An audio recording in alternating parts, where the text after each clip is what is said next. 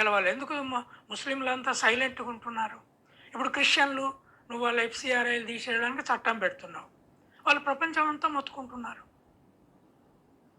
America America పార్లమెంట్లో discuss చేయడానికి సిద్ధంగా ఉంది. వాళ్ళకొచ్చే వాళ్ళ చర్చలన్నిటిని మేము ప్రాపర్టీస్ తీసుకుంటామని చట్టం చేస్తానంటున్నాం. ఇక్కడనే ఆగుద్దా?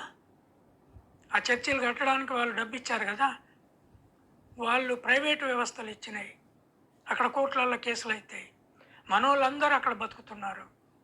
ఇక్కడ ముస్లింల మీద క్రిస్టియన్ల మీద మేము దాడులు చేస్తామంటే అక్కడ వాళ్ళ పరిస్థితి.